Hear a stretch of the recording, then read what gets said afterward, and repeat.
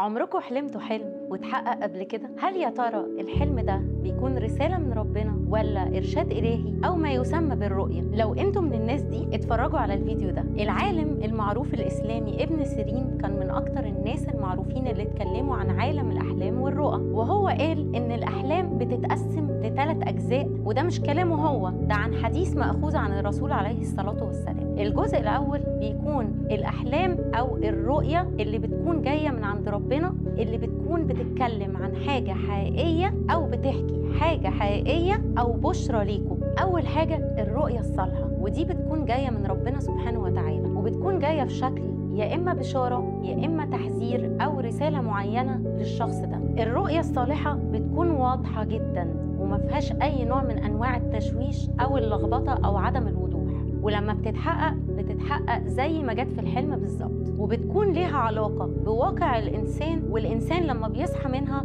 بيحس إن هو سعيد ومبسوط ومستريح نفسيا. بنكون فاكرينها وفاكرين تفاصيلها كويس، وكمان لما بتيجي الإنسان بيصحى مبسوط ومستريح نفسيا. في بقى أضغاث الأحلام، وأضغاث الأحلام دي بتتقسم لقسمين. القسم الأولاني اللي هي الرؤية من حديث النفس، يعني الإنسان لو هو عنده مشاكل معينة أو بيفكر في حاجة بشكل مستمر فممكن تظهر على شكل أحلام. عشان كده لما بنفكر مثلا في حاجة كتير قبل النوم لازم نحلم بيها، بس الأحلام دي بتكون مشوشة وفوضوية وما فيهاش ترتيب وما بتكونش واضحة، وممكن جدا نصحى مش فاكرينها أصلا أو مش فاكرين بعض التفاصيل اللي جت في الحلم. الجزء الثاني اللي هو الحلم المزعج أو الكابوس، وده بيكون جاي من الشيطان بيبقى قاصد بيه إن هو يلعب على البني آدم أو يخوف البني آدم، يحطه في حالة تشويش ولخبطة علشان يحيد الإنسان عن الطريق الصح اللي هو ماشي فيه، عشان يشوشه ويلخبطه. وطبعا احنا بنصحى من الحلم ده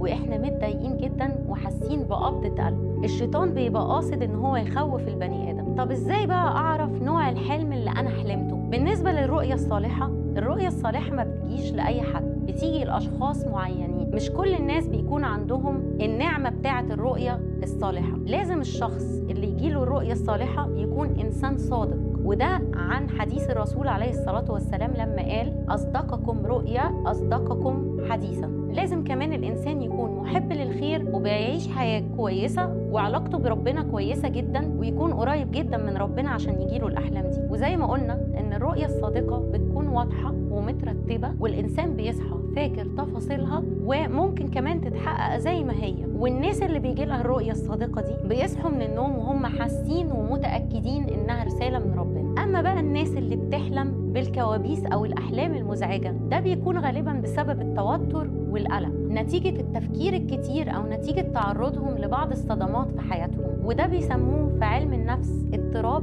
الكابوس. الناس اللي بتحلم بأحلام كتير من النوعية دي، أنا هقول لكم أنتوا ممكن تعملوا إيه علشان تقللوا النوعية دي من الأحلام. أولا لما تحلموا الأحلام دي ما تروحوش تحكوا لحد عن الحلم ده أبدا، ودي كانت وصية الرسول عليه الصلاة والسلام لما قال إذا لعب الشيطان بأحدكم في منامه فلا يحدثن به الناس. حاولوا كمان على قد ما تقدروا إنكم أنتوا قبل النوم ما تفكروش في أي حاجة من المشاكل اللي أنتوا بتعدوا بيها في حياتكم، تقللوا تفكير خالص وتبقوا قاعدين في جو فيه استرخاء وهدوء، وما تاكلوش أكل دسم قبل النوم لأن ده ممكن يخلي الحاجات دي تجيلكوا أكتر. حاولوا إن قبل النوم يكون أكلكوا خفيف وصحي. نحاول قبل النوم على الأقل بساعة إن إحنا نقعد في جو هادي وفيه استرخاء، ونحاول إن إحنا ننام على وضوء لو إحنا مسلمين، ونقرأ المعوذتين وآية الكرسي وآخر آية من سورة البقرة، ونستعيذ بالله ونستغفر الله كتير قبل النوم. لو إحنا بقى مش مسلمين فإحنا ممكن نشغل موسيقى هادية فيها نوع من أنواع الاسترخاء، ونقعد في جو هادي في ضوء قليل مش ضوء عالي، ونحاول إن إحنا ما نفكرش في أي حاجة من مشاكلنا اللي عندنا. نحاول إن إحنا نفضي دماغنا ونتجه أكتر ناحية التأمل. نفكر مثلا في مكان جميل إحنا بنحبه، حاجة حلوة إحنا بنحبها، أمنية حلوة نفسنا فيها. ولو الموضوع ده فضل مستمر معاكم يستحسن إن انتوا تلجأوا للطبيب النفسي أو للمتخصصين. وفي الآخر إحنا لازم نعرف